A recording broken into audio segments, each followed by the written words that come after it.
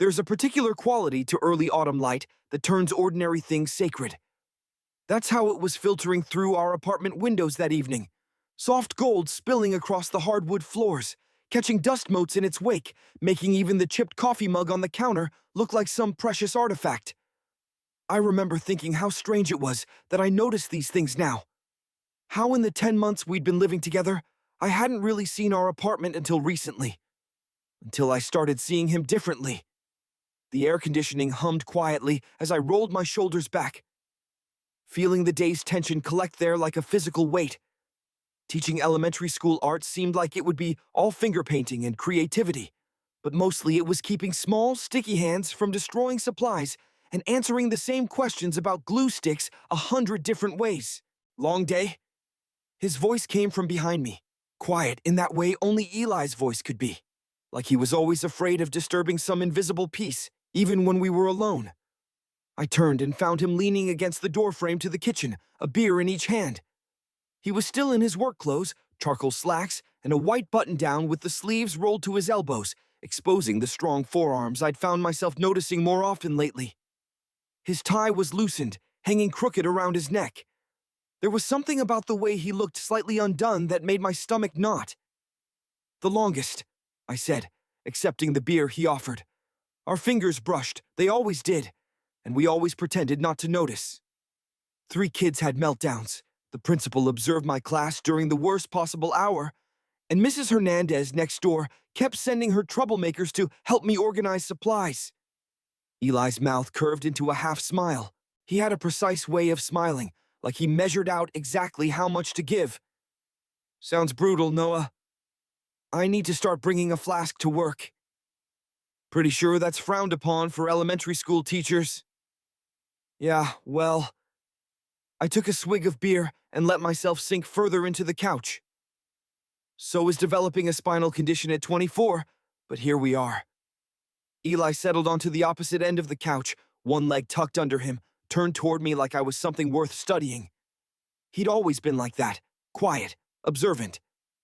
When we first moved in together, I found it unnerving. I was used to roommates who filled spaces with noise. Music, conversations, the click-clack of texting, laughter. Eli created silence, but not emptiness. He made rooms feel fuller somehow, more intentional. We'd found each other through a roommate-matching app. Both of us were new to Seattle.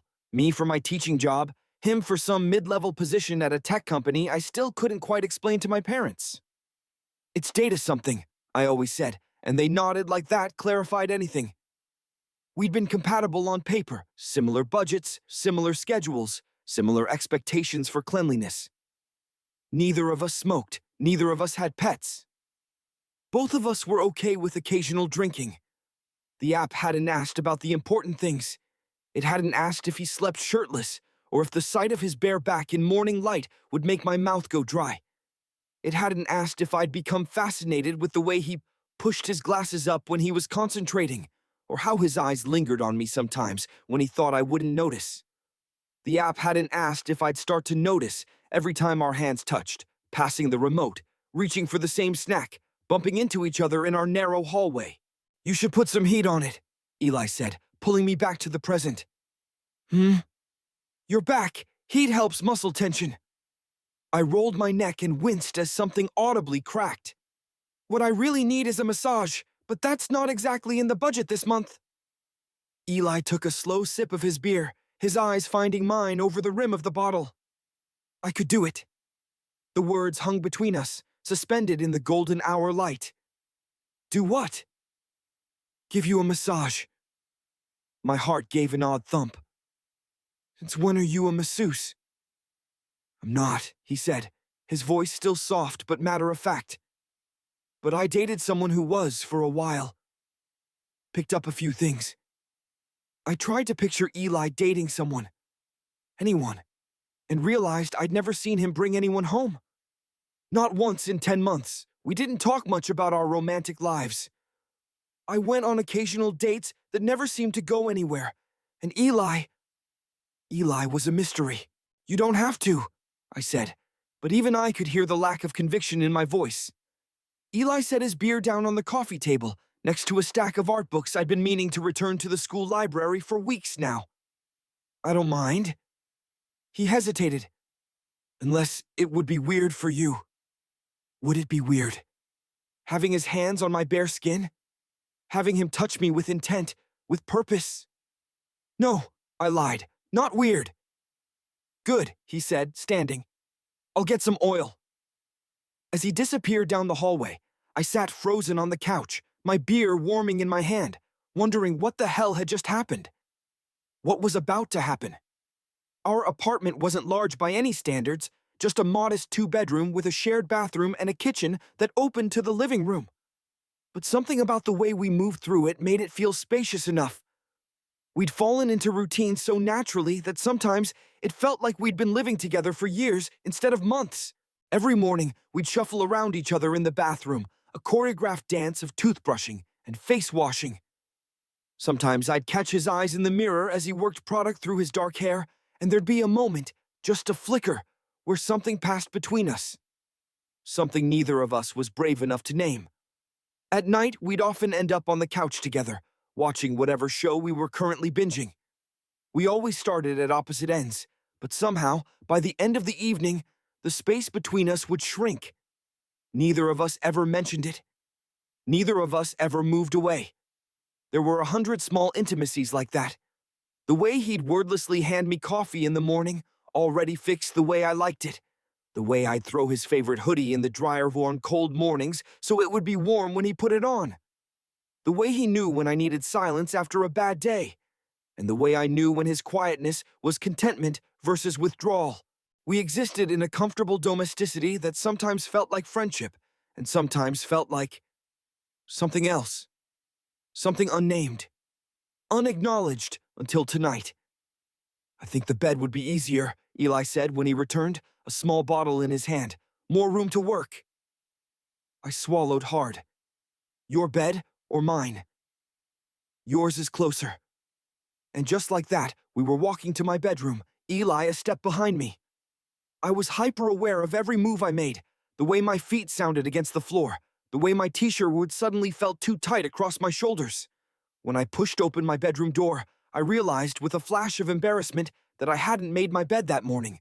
The navy blue sheets were twisted, the comforter half on the floor. Sorry about the mess, I mumbled, quickly pulling the comforter up. Eli shook his head. Have you seen my room? I think I'm still living out of suitcases. This wasn't true. Eli was meticulously organized, but I appreciated the attempt to put me at ease. So, I stood awkwardly beside my own bed, suddenly feeling like a stranger in my space. Take off your shirt and lie on your stomach, Eli said, his voice clinical, like this was the most normal thing in the world, like he asked his roommate to strip down every day. I pulled my t-shirt over my head, hyper-conscious of Eli's presence, of his eyes on me. This wouldn't be the first time he'd seen me shirtless. We lived together after all. But it felt different.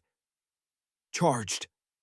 As I settled onto my stomach, I felt the mattress dip as Eli knelt beside me. Then, after a moment of hesitation, he swung one leg over me, straddling my lower back without putting his full weight on me. I sucked in a breath. Is this okay? He asked, his voice closer now, just above me. I nodded into the pillow, not trusting my voice. I heard the soft pop of the bottle cap, then the slick sounds of Eli warming the oil between his palms. The scent of lavender filled the air, subtle, calming. Then his hands were on me, and all thoughts of remaining calm evaporated. His touch was tentative at first, almost questioning, as if he was giving me a chance to change my mind. But when I didn't object, he pressed deeper, his strong fingers finding knots in my shoulders I didn't even know existed. God, I groaned involuntarily as he worked a particularly tight spot. You're good at this. Told you, he murmured, his voice low. I could hear the smile in it. Outside, the city hummed its evening song. Distant traffic, the occasional siren, the rumble of the bus that passed our building every 20 minutes. Inside, there was just the sound of our breathing, gradually synchronizing, and the whisper of skin against skin. The tension in my muscles began to dissolve under his careful attention, but a different kind of tension was building. I became acutely aware of the weight of him above me, the heat radiating from his body, the way his breath occasionally caught when his fingers dipped lower on my back. I'd always known Eli was attractive, objectively, in the way you might acknowledge a sculpture is beautiful. But feeling his hands on me, I couldn't pretend that's all it was anymore. There was nothing objective about the way my body was responding to his touch. His hands slowed as they moved down my spine, becoming less clinical, more exploratory. Each stroke lingered a little longer than necessary. His thumbs traced the contours of my back with a reverence that made my skin prickle with awareness. I don't know how long we stayed like that, him touching me, me pretending it was just a massage, just a roommate helping another roommate. The light outside had faded from gold to purple, then to the deep blue of early evening. Neither of us had bothered to turn on a lamp, so the room was cast in shadows, making everything feel dreamlike, removed from consequence. And then, I'm still not sure if I imagined it, I felt the lightest brush of fingertips along my side, trailing down to where the waistband of my jeans met bare skin. Not massaging anymore. Just touching. I held my breath. His hands stilled completely. For a moment, neither of us moved. I could feel the tension radiating from him, could sense he was wrestling with something. Then, so softly I almost missed it. I see you, you know. My heart hammered against my ribs. What? When you're changing. When you come out of the shower with just a towel. His voice was barely above a whisper. I try not to look, but I do. I see you. The confession hung in the air between us, honest and terrifying. I should have been uncomfortable, should have asked him to stop, to get off me. Instead, I turned my head to the side, needing to see his face. I know, I admitted. I felt you watching. In the dim light, I could just make out the sharp intake of his breath. Noah. And I watch you too, I continued, the words spilling out before I could stop them. When you're making coffee in the morning, when you fall asleep on the couch, when you think I'm not paying attention. His hands trembled slightly where they rested on my lower back. I didn't know if it was just me. It's not. Eli shifted his weight, lifting himself off me, and for a terrible moment, I thought he was leaving. Instead, he moved to lie beside me on the bed, his body facing mine, close enough that I could feel the heat of him but not quite touching. In the near darkness, his features were soft, uncertain. I'd never seen him look so vulnerable. I don't know what this is, he whispered, his voice cracking slightly. I've never, with a man. My breath caught. Neither have I. His eyes widened slightly, searching mine for truth. Finding it. So what are we doing? He asked. I had no answer for him, no explanation for the magnetic pull between us, for the way my skin still tingled where he'd touched me, for the way my heart was racing just from having him this close. Eli reached out then, hesitantly, his fingertips barely grazing my jaw. The touch was electric, sending shivers down my spine. I don't know what this is, he repeated, his voice rough with emotion, but I don't want it to stop. I turned toward him, closing the small distance between us, our knees touching, our faces inches apart. His hand still rested against my jaw, warm and steady despite the tremor in his voice. In the hush of our shared bedroom, with the city lights casting blue shadows across his face, I saw everything I'd been trying not to see for months. The longing, the confusion, the quiet hope. I saw him, really saw him, and he saw me. Noah, he whispered, my name a question on his lips. I reached for an answer. I don't know what this is, he whispered, his voice rough with emotion, but I don't want it to stop. Time suspended itself in that moment, the space between his words and whatever would come next. His fingertips still rested against my jaw, light as whispers, but burning like brands. I could feel his breath, shallow and uneven, ghosting across my face. Outside, Seattle continued its evening symphony, car horns, distant laughter, the persistent drizzle that had started sometime during the massage. But in my bedroom, there was only us. Only this precipice we were standing on together. I searched his eyes in the dim light, looking for certainty, for permission, for any sign that this wasn't some massive misunderstanding. What I found was naked vulnerability. Eli, always so composed, now completely unguarded. It stunned me into stillness. "You sure?" I finally managed, my voice barely audible even in the quiet room. "This changes everything." His Adam's apple bobbed as he swallowed. "I know. We can't go back from this." "I know that too." His fingers moved slightly against my skin, tracing the edge of my jaw with a gentleness that made my chest ache. "I've been thinking about it longer than I should admit." The confession hung between us, honest and raw. I wondered how long, how many shared meals, how many accidental touches, how many late-night conversations had been colored by this unspoken thing. How much I had missed or chosen not to see.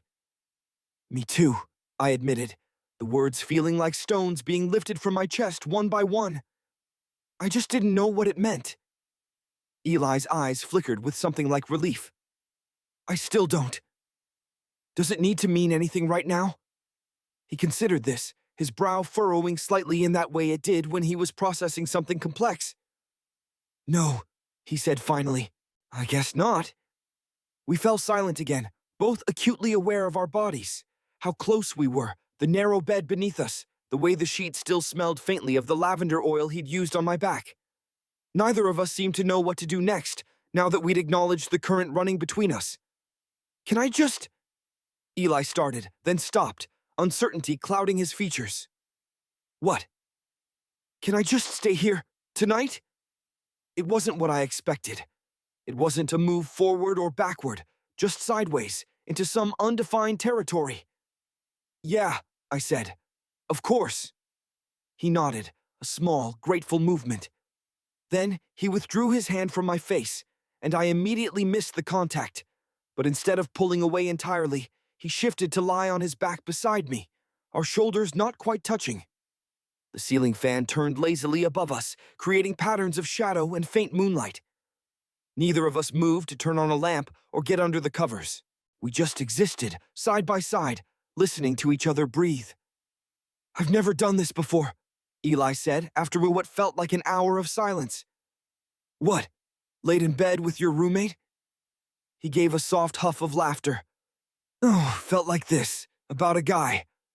I turned my head to look at his profile, the straight nose, the strong jawline softened by evening stubble, the slight curl of dark hair at his temple. "Me neither," I said. "But I think maybe that's okay." He turned to face me then, his expression serious. "Is it though? People will have opinions. Families will have questions. Do we need to worry about that tonight?" Eli sighed, deep and weary. "Probably not. But I'm good at worrying about tomorrow. It's kind of my specialty." I smiled despite the heaviness in my chest. "I know. You've color-coded our bill calendar 3 different times." "The first system wasn't intuitive enough," he defended, the corner of his mouth twitching upward. "And the second one?" The colors clashed. It was visually distressing. I laughed then, a real laugh that broke some of the tension. Eli joined in, and for a moment, we were just us again. Noah and Eli, roommates who got along surprisingly well, who made each other laugh on random Tuesday nights. But as our laughter faded, the weight of what we'd admitted settled back between us. We weren't just Noah and Eli anymore. We were something unnamed, uncharted. "What happens now?" I asked, voicing the question that hung heavy in the air. Eli's eyes met mine, dark and searching. "I don't know," he admitted. "I just know I don't want to pretend anymore. That this isn't here." I nodded, understanding exactly what he meant. The relief of acknowledgement, even without definition. "Then we don't pretend," I said simply. "We just see what happens." Eli's shoulders relaxed slightly at that. "One day at a time?" "One day at a time." We fell into companionable silence after that, occasionally breaking it with half-formed thoughts or questions that neither of us fully knew how to answer. What did this mean for our living situation? Had there been signs we'd both missed? Was this something that had been building all along, or had it crystallized suddenly? We talked until the digital clock on my nightstand read 3:17 a.m., our voices growing progressively softer, more intimate in the deepening night. At some point, Eli had removed his tie completely and unbuttoned the top of his shirt. At some point, I'd shifted so my arm was just barely touching his. At some point, the space between our words grew longer than the words themselves. I don't remember falling asleep. I only remember the weight of everything unsaid and the strange peace that came with finally admitting something had been said. Morning came with harsh clarity. I woke to find Eli already gone from the bed, the indent of his body still visible on the mattress beside me. For a disorienting moment, I wondered if I'd dreamed the entire thing. The massage, the confession, the hours of quiet conversation. But then I caught the lingering scent of him on my pillow, and reality came rushing back. I found him in the kitchen, already dressed for work in a fresh button-down and slacks, his hair still damp from the shower. He was standing at the counter, staring intently at the coffee maker as if it held the secrets of the universe. "Morning," I said, my voice still rough with sleep. He startled slightly, then turned with a cup in hand. "Hey, made coffee." "Thanks." I moved toward him, hyper-aware of the fact that I was still shirtless, wearing only the jeans I'd slept in. The domesticity of the scene felt both familiar and completely foreign, like we were acting out roles we'd played 100 times before, but with entirely new subtext. Eli handed me the mug, and our fingers brushed. Unlike every other morning, neither of us pretended not to notice. Instead, the touch lingered, deliberate, questioning. "Did you sleep at all?" I asked, noticing the shadows under his eyes. "A little." He leaned back against the counter, putting a careful distance between us. "You?" "On and off." He nodded, his eyes darting to meet mine before skittering away. The easy intimacy of last night seemed to have evaporated in the harsh light of day, replaced by a brittle awkwardness. "I have an early meeting," he said, checking his watch. "Should be home around 6. "Okay." He started to move past me, but I caught his wrist, unable to bear the distance suddenly stretching between us. "Eli, are we okay?" His eyes met mine, and I saw conflict there, fear, confusion, but also something warm, something hopeful. "Yeah," he said softly. "We're okay. I just need to process." I released his wrist, understanding. One day at a time, right? A small smile tugged at his lips. "Right." And then he was gone, the front door closing quietly behind him, leaving me alone with a cooling cup of coffee and 1,000 new questions. That day crawled by with excruciating slowness. My classroom felt both too loud and too quiet. 22 third graders all needing my attention, but none of them the person I couldn't stop thinking about. I checked my phone between classes, hoping for a text, but there was nothing. Not that Eli was a big texter on normal days, but today wasn't normal. Today was after. By the time I got home, the apartment was still empty. I showered, changed into comfortable clothes, and tried to grade some art projects, but I couldn't focus. Every creak in the hallway had me looking up, expecting to see him. When the door finally opened at 6:30, I was sitting on the couch pretending to read a book I hadn't turned a page of in 20 minutes. "Hey," Eli said, setting down his messenger bag and towing off his shoes by the door, the same routine he followed every day. "Hey," I echoed, trying to sound casual. "How was work?" "Fine, usual Tuesday stuff." He hovered awkwardly by the kitchen counter. "You?" "Nothing special. The kids were working on self-portraits. Lots of green skin and purple hair." He smiled, a real smile that reached his eyes, and some of the tension in my chest eased. "Sounds creative." "That's one word for it." Silence stretched between us, not the comfortable kind we were used to, but something charged with unasked questions. Eli cleared his throat. "I'm going to change." I nodded, watching him disappear down the hallway. A few minutes later, he emerged in sweatpants and a faded university t-shirt, looking softer, more like the Eli I was used to seeing in our shared evenings. He settled on the opposite end of the couch, just like we always did. But unlike always, the distance felt deliberate, chosen. You want to watch something? I asked, reaching for the remote. Sure. I put on the show we'd been binging, some sci-fi thing about time travel that we both enjoyed enough to keep watching, but not so much that missing plot points would matter. Neither of us was really watching anyway. Halfway through the episode, Eli spoke, his voice low. I dreamed about you. He kept his eyes fixed on the screen. Last night, it didn't feel wrong. My heart stuttered in my chest. What happened in the dream? He finally looked at me, his expression open, vulnerable. Nothing specific. We were just together in a way we aren't now. He paused. Or weren't until last night. And it felt right? I asked, needing the confirmation. Yeah, he said softly. It did. I swallowed hard, feeling the weight of his admission. I thought about you all day, I confessed. I couldn't concentrate on anything else. Something flickered in his eyes. Relief, maybe. Recognition. Me too. I had to restart the same email 4 times. A small laugh escaped me. I tried to teach the color wheel and kept mixing up complementary and analogous colors. Amateur, he teased, and just like that, some of the tension dissolved. We fell back into watching the show, but I was acutely aware of how the space between us had shrunk. Not touching, but closer, within reach. As the episode ended and the next one began automatically, Eli shifted slightly, his knee now just barely touching mine. The point of contact burned like a live wire. Noah, he said, his voice barely audible over the TV. I turned to face him. Yeah? I'm overthinking everything. That's kind of what you do, I said gently. I know. He ran a hand through his hair, a nervous gesture I'd seen 100 times before. But I don't want to overthink this. With you. I reached for the remote and muted the TV. In the sudden quiet, I could hear both our breathing, slightly uneven. Then, don't, I said simply.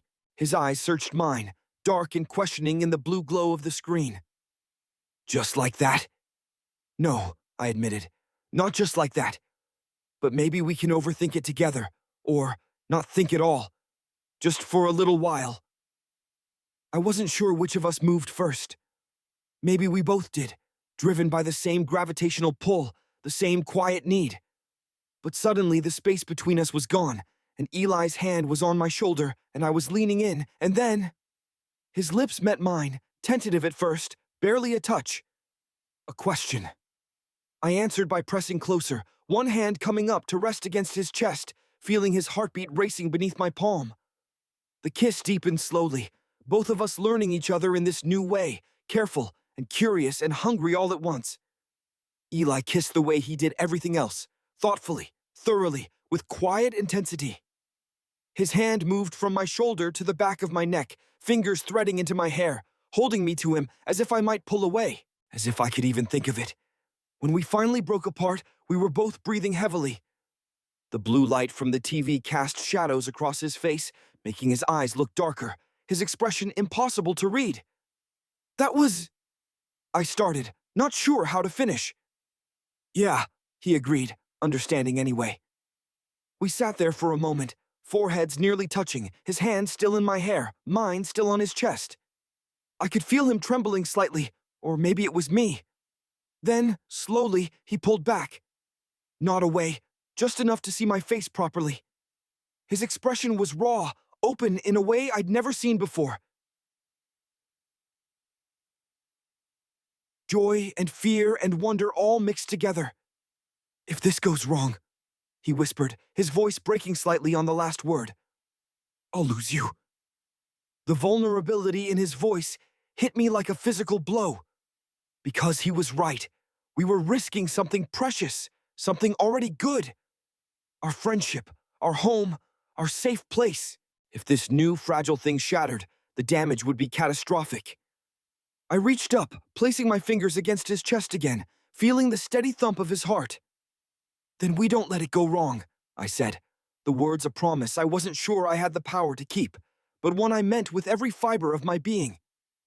Eli covered my hand with his own, pressing it closer to his heart. We sat like that in silence, our foreheads nearly touching, the forgotten show playing mutely on the TV, casting shifting patterns of light across our skin. In that moment, I understood with perfect clarity that we were at the beginning of something too big to name, something that would reshape us both, individually and together. Something that had been growing in the quiet spaces of our shared life, in the margins of our friendship, in the careful distance we'd maintained until now. And though neither of us said it aloud, I knew we were both thinking the same thing. Whatever this was, whatever we were becoming, there was no going back to what we had been before. We could only move forward into this unnamed territory together, one day at a time.